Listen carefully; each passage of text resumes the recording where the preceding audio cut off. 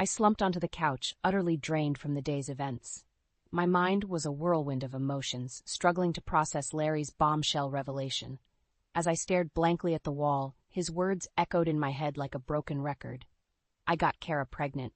We need to talk about a divorce, June. Those 9 words shattered the life I had known, sending shockwaves through my very core. Kara, my supposed best friend since childhood, had betrayed me in the most unimaginable way, by having an affair with my husband Larry. And now, she carried his child, a living embodiment of their deceit.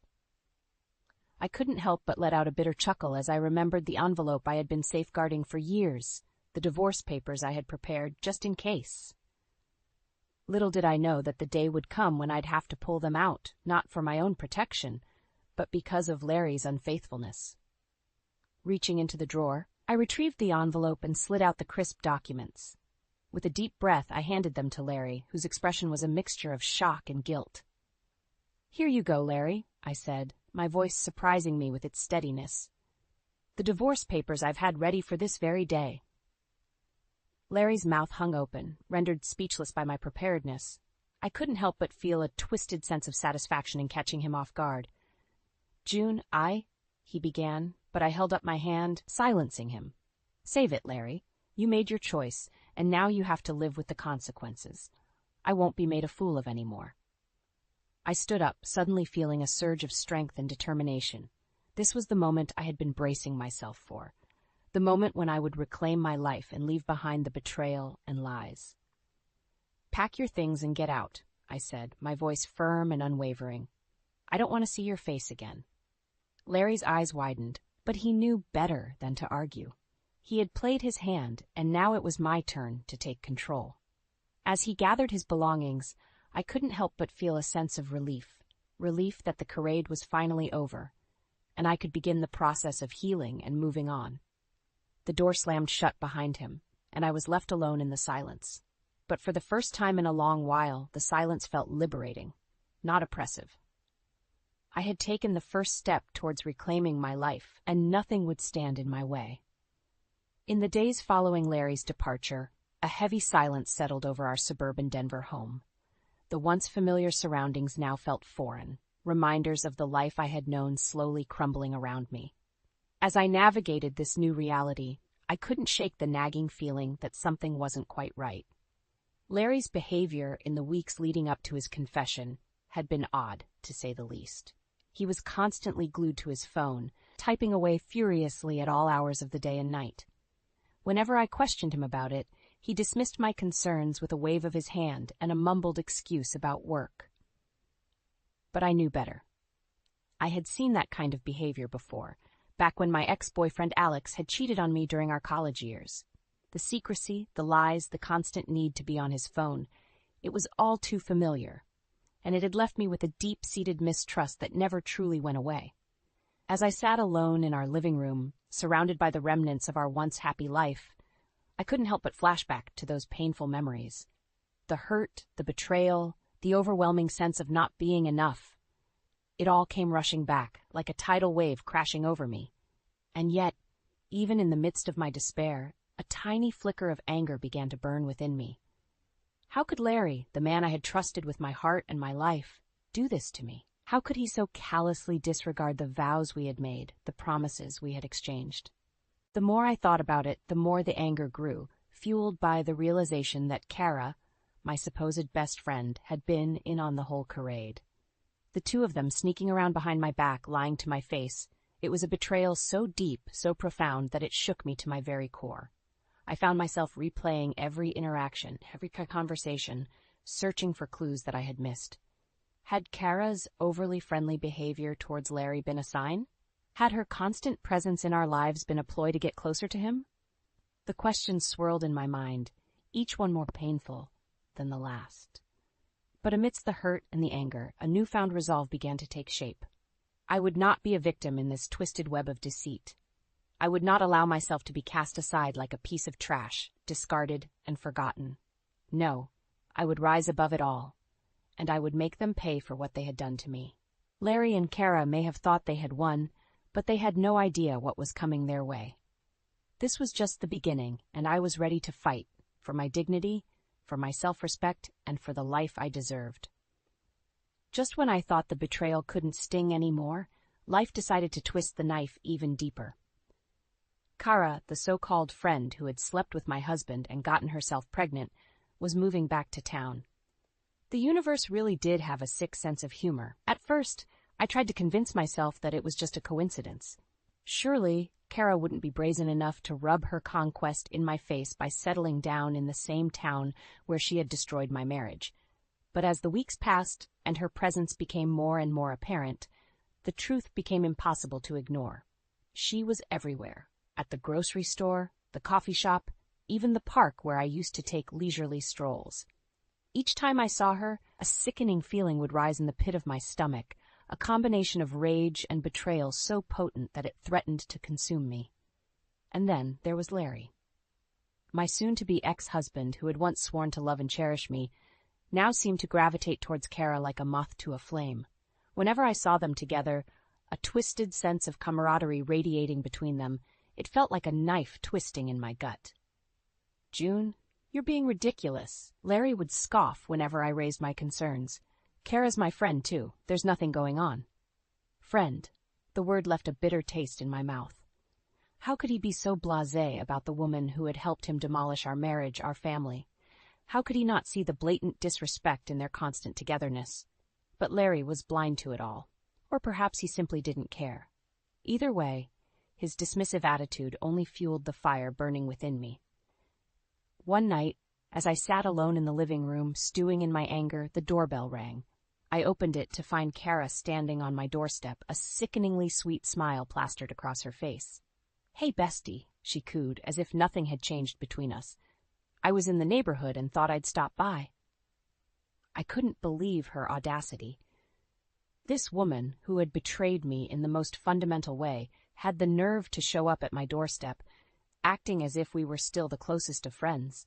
"Don't you dare call me that," I spat, my voice dripping with venom. "You're no friend of mine, not after what you did." Kara's smile faltered, but only for a moment. "June, come on. We've been friends forever. Surely you're not going to let a little thing like this come between us?" A little thing? I could feel my blood boiling at her callous disregard for the pain she had caused. "Get out," I growled, my fists clenched at my sides. "And don't ever show your face around me again, you lying, deceitful snake." With that, I slammed the door in her face, leaving her stunned on the other side. As I leaned against the closed door, tears of rage streaming down my cheeks, I made a silent vow to myself. I would not let them win. No matter what it took, I would have my revenge. As if the betrayal of my husband and supposed best friend wasn't enough, the universe decided to pile on even more misery. Larry's mother, Evelyn, had been struggling with dementia for years, and it had finally reached a point where she could no longer live on her own. Guess who got saddled with the responsibility of being her full-time caregiver? Yep, that's right. Me. Larry, in all his infinite wisdom, decided that I was the perfect person to take on this burden, despite the fact that our marriage was crumbling around us. And of course, when I protested, he played the guilt card like a master manipulator. "June, you know how much my mom means to me," he pleaded. Those puppy dog eyes that used to melt my heart now only filling me with disgust. "I can't bear the thought of putting her in a home. Please do this for me." Do it for him? After everything he'd done, he had the audacity to ask me for favors? But I knew better than to argue. Larry had a way of twisting words and emotions, using my own fears and insecurities against me. So, like a fool, I agreed. And that's how I found myself spending my days caring for a woman who had never truly accepted me. Evelyn had always been critical of me, making snide remarks about my cooking, my cleaning, my very existence in her son's life. But now, in her more lucid moments, she would reach for my hand, her eyes pleading with me for help, for comfort. It was a twisted game of push and pull, one that left me emotionally and physically drained. One minute she would be cursing my name, calling me a useless burden on her family. The next, she would be begging me to stay, to not leave her alone. Through it all, Larry remained absent, both physically and emotionally. His visits were few and far between, and when he did show up, he was distracted, his mind clearly elsewhere. No doubt he was off gallivanting with Kara, living the life he had always dreamed of, while I was stuck in this living nightmare. The weight of it all was suffocating. I found myself longing for the days when my biggest worry was whether or not Larry would remember to pick up milk on his way home from work. Now, my days were filled with cleaning up messes, administering medication, and trying to reason with a woman who was slowly losing her grip on reality. And yet, despite the challenges, despite the constant barrage of insults and ingratitude, there was a part of me that couldn't help but feel a twisted sense of loyalty to Evelyn. After all, she was the mother of the man I had once loved more than anything in this world. But as the days turned into weeks, and the weeks into months, that loyalty began to wear thin. Larry's manipulation, his utter disregard for my well-being, had pushed me to the brink of my own sanity. And slowly, a burning desire for revenge began to take root within me. If he thought he could just discard me like a piece of trash, leaving me to care for his ailing mother while he cavorted with his mistress, he had another thing coming. I may have agreed to play the dutiful wife for now, but mark my words, I would have my vengeance, and it would be sweet. The straw that finally broke the camel's back came in the form of a private investigator's report. After months of suspicion and gut-wrenching uncertainty, I finally had the truth laid bare before me. Larry and Kara's sordid affair, complete with dates, times, and locations of their trysts. As I pored over the damning evidence, a strange sense of calm washed over me. There was no more room for doubt, no more excuses to cling to. The betrayal was real, and it cut deeper than any knife ever could. But amidst the pain, a newfound resolve began to take root. I was done being the victim, the dutiful wife who turned a blind eye to her husband's indiscretions. It was time to take action, to reclaim my life and my dignity. First, though, I had to deal with the ever-present thorn in my side. My mother. Bless her heart, she meant well, but her outdated beliefs and unwavering loyalty to the patriarchy were suffocating me. "June, honey, you have to think about this," she pleaded, her voice laced with concern. "A divorce would ruin your family, ruin Larry's life. You need to stand by your man, for better or worse." Stand by my man? The audacity of such a statement made my blood boil. Had she not seen the evidence, the cold, hard proof of his betrayal? "Mom, with all due respect, Larry made his choices," I replied, my voice steady and unwavering. "He chose to cheat, to lie, to disrespect our marriage vows. I won't be made a fool of any longer." My mother's eyes widened, taken aback by my newfound assertiveness. But before she could protest further, I held up a hand to silence her. "This is my decision, and it's final. Now, if you'll excuse me, I have work to do." With that, I turned on my heel and left her sputtering in the living room. No more excuses, no more justifications. It was time to take control of my life. Over the next few weeks, I worked tirelessly, laying the groundwork for my revenge. I consulted with lawyers, gathered evidence, and made contingency plans. All the while, I played the part of the dutiful wife, lulling Larry into a false sense of security. And then, when the time was right, I struck. It was a lazy Sunday afternoon when I called Larry into the living room, a stack of papers clutched in my hand. He ambled in, unsuspecting, that dopey grin on his face that used to make my heart flutter. "What's up, honey?" he asked, plopping down on the couch. Without a word, I tossed the stack of papers onto his lap. Divorce papers, already filled out and signed by me. Larry's eyes widened in shock as he flipped through the pages, realization dawning on his face. "June, what is this?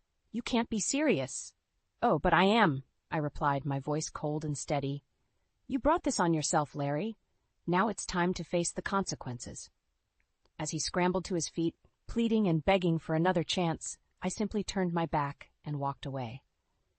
No more words needed to be said. The die had been cast, and there was no turning back. Revenge, it seemed, would be mine after all. The day of reckoning had finally arrived. As I stood in the living room, facing Larry and Kara, it was like a scene straight out of a twisted drama. The two of them, huddled together on the couch, their faces etched with a mixture of guilt and defiance. "June, please," Larry began, his voice trembling. "Let's talk about this. We can work things out." "Work things out?" A bitter laugh escaped my lips as I shook my head in disbelief. "Work things out? You really have some nerve, Larry." I turned my gaze towards Kara, who couldn't even meet my eyes. And you, my supposed best friend, how could you do this to me? Kara mumbled something under her breath, but I held up a hand to silence her. Save it. I don't want to hear any more of your lies. Larry rose to his feet, desperation written all over his face. June, think about this. A divorce would ruin me. My career, my reputation, everything would be destroyed. For a moment, a flicker of doubt crossed my mind. Was I really ready to upend our lives like this? But then I remembered the pain, the betrayal, the countless nights spent crying myself to sleep, and that doubt evaporated like smoke. That's not my problem anymore, Larry, I said, my voice steely with resolve. You made your choices, and now you have to live with the consequences. Kara finally found her voice, her eyes brimming with tears. June, please. We never meant to hurt you. It just happened. It just happened? I repeated incredulously. You betrayed me in the worst possible way, and you have the audacity to make excuses? I could feel the anger bubbling up inside me, a white-hot rage that had been simmering for months. You know what, Kara? You're not my friend anymore. Why, in fact, you're nothing to me. Both of you can go to hell. The words hung in the air like a heavy weight, suffocating us all with their finality. Larry opened his mouth to protest, but I cut him off before he could start. Don't even try it, Larry. This is over. Done. Finished. I want you out of this house by the end of the day. Kara let out a sob, burying her face in her hands. Larry, on the other hand, simply stared at me in stunned silence, as if he couldn't quite believe what was happening. June, please, he tried again, desperation seeping into his voice. I'll do anything. Just don't do this. But I was done listening, done making excuses for his behavior. With a shake of my head, I turned and walked away, leaving them to their misery. As I climbed the stairs, each step felt lighter, as if a massive weight was being lifted from my shoulders. The lies, the deceit, the constant sense of betrayal, it was all finally behind me. In that moment, I knew that no matter what came next, I would be okay. I had survived the unthinkable, and I had emerged stronger, more resilient than ever before. Larry and Kara may have thought they had won, but in the end, it was me who had reclaimed my power, my dignity, and my life. And as I closed the bedroom door behind me, I couldn't help but smile. Revenge, it seemed, was truly a dish best served cold. The next few hours were a blur of activity, punctuated by the sounds of shouting and slamming doors. True to my word, I was kicking Larry out of our home, and he was not going quietly. June, please, let's talk about this, he pleaded, his voice a mixture of desperation and anger. You can't just throw me out on the street. I steeled myself against his protests, focusing instead on the task at hand. With a strength I didn't know I possessed, I began gathering his belongings, clothes, books, personal effects, and tossing them haphazardly into boxes and bags. June, stop this madness, he shouted, grabbing my arm in a futile attempt to halt my progress. Think about what you're doing. I twisted out of his grasp, my eyes blazing with a fury I had never felt before. Don't you dare touch me, Larry. You lost that right a long time ago. Kara, bless her soul, had wisely chosen to remove herself from the situation, retreating to who knows where, but even her absence couldn't dampen the raging fire within me. This was it. The moment I had been waiting for. The chance to excise the cancer that had been slowly poisoning my life. With each item I packed, each memory I boxed away, I felt a sense of liberation wash over me. This was my home, my sanctuary, and I would be damned if I let Larry's betrayal taint it any longer. June, please, I'm begging you, he tried again, his voice cracking with emotion. I can make things right, I swear. Just give me another chance. Another chance? The absurdity of his request nearly made me laugh out loud. How many chances had I given him already, only to have them thrown back in my face? You had your chance, Larry, I said, my voice cold and unwavering, and you blew it. Now it's time to face the consequences. As if on cue, the doorbell rang, and I felt a surge of relief wash over me. Angela, my best friend and confidant, had arrived, not a moment too soon. I opened the door to find her standing there, a look of steely determination on her face. Without a word, she brushed past me and made her way towards Larry, who was still pleading his case. You heard the lady, Angela said, her voice leaving no room for argument. It's time for you to go. Larry's eyes widened as he took in her imposing presence. For a moment I thought he might try to argue, but one look from Angela seemed to drain him of his fight. Fine, he spat, his voice dripping with bitterness. "But this isn't over, June. Not by a long shot." With that, he gathered up the boxes and bags, shooting me one last venomous glare before storming out the door and slamming it behind him.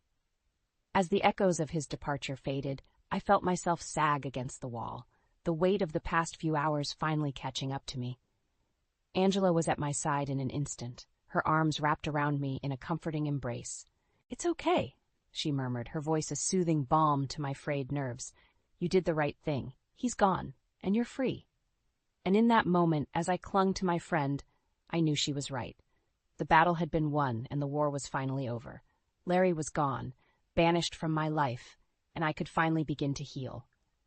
Revenge, it seemed, was a dish best served piping hot. The months that followed were a whirlwind of legal battles and emotional upheaval, but through it all, I remained steadfast in my resolve. Larry thought he could walk away scot-free, but he had another thing coming. With the help of a tenacious lawyer, I went after him for everything he had, alimony, assets, you name it. And in the end, my perseverance paid off.